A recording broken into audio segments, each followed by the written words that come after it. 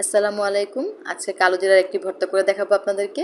তো এর জন্য এখানে কালো জিরা নিয়ে নিলাম 2 টেবিল চামচ আর তিল নিয়ে নিলাম 2 টেবিল চামচ। আমরা তো কালো জিরার ভর্তা শুধু কালো জিরা দিয়েই করি। আজকে এর মধ্যে আমি তিল দিয়ে করব। তাই এর নাম হলো তিল কালো জিরার ভর্তা। তো তিল আর কালো জিরা একসাথে দিয়ে একটু টেলে নেব। যখন তিলটা একটু কালার চেঞ্জ হয়ে যাবে, হালকা একটু লালচে লালচে আসবে আর কালো জিরা থেকে সুন্দর একটা স্মেল বের হবে, তখন এটাকে নামিয়ে ফেলতে হবে। এখানে কিন্তু খুব বেশি ভাজা যাবে না, তাহলে কিন্তু এটা খেতে তেতো লাগবে। আর সেই গরম তাওয়ার মধ্যেই আমি 3টে শুকনো মরিচ এরকম একটু লাল লাল করে ভেজে নিলাম। এখন সেই হাঁড়িতেই মানে তাওয়াতেই আমি পরিমাণ মতো তেল দিয়ে দিলাম আর 2 টেবিল চামচ পেঁয়াজ কুচি দিয়ে দিলাম।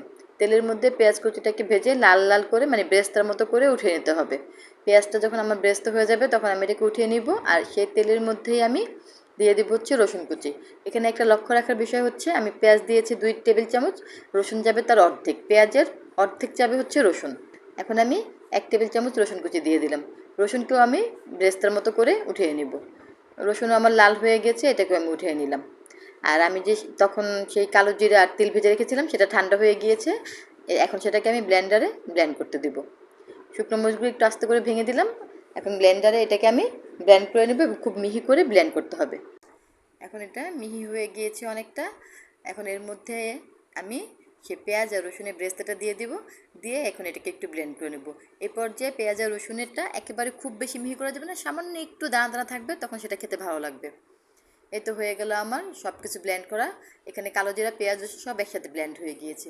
এখন আসি আমি মূল পর্বে, ভর্তা কীভাবে করতে হয় সেদিকটায়। এখন আমি এখানে একটা বড় সাইজের পেঁয়াজ কুচি করে নিয়েছি আর 3টা কাঁচামরিচ ছোটো ছোটো করে কুচি করে নিয়েছি। আপনারা আপনাদের পছন্দ মতো ঝালটা কম বেশ করে নিতে পারেন। তো এখন এর মধ্যে দিয়ে দিব হচ্ছে ধনেপাতা। ধনেপাতাটা এখানে একটু বেশি করে দিতে হবে, তাহলে সুন্দর একটা স্মেল আসবে। এখানে আমি প্রায় 1 মুঠের মতো ধনেপাতা কুচি দিয়ে দিলাম।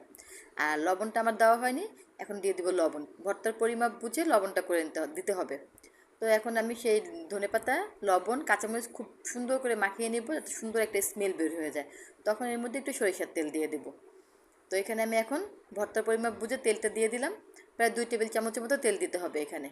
তেল দিয়ে খুব ভালো করে মাখিয়ে এখন সে ব্লেন্ড করা কালো জিরা আর তিলের গুঁড়োটা দিয়ে মাখিয়ে নিয়ে হয়ে যাবে আমার তিল কালো জিরার ভর্তা।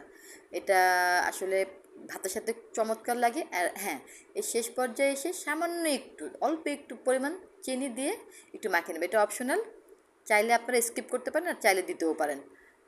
আমি দিই, আমার কাছে টেস্টটা একটা ব্যালেন্স হয়। এই তো হয়ে গেল আমার তিল কালো জিরার ভর্তা। আশা করি এই ভর্তাটা করলে আপনারা আর এই রেসিপিটাই শুধু ফলো করবেন। অনেক ভালো লাগে খেতে। সবাইকে রেসিপিটা দেখার জন্য অনেক অনেক ধন্যবাদ।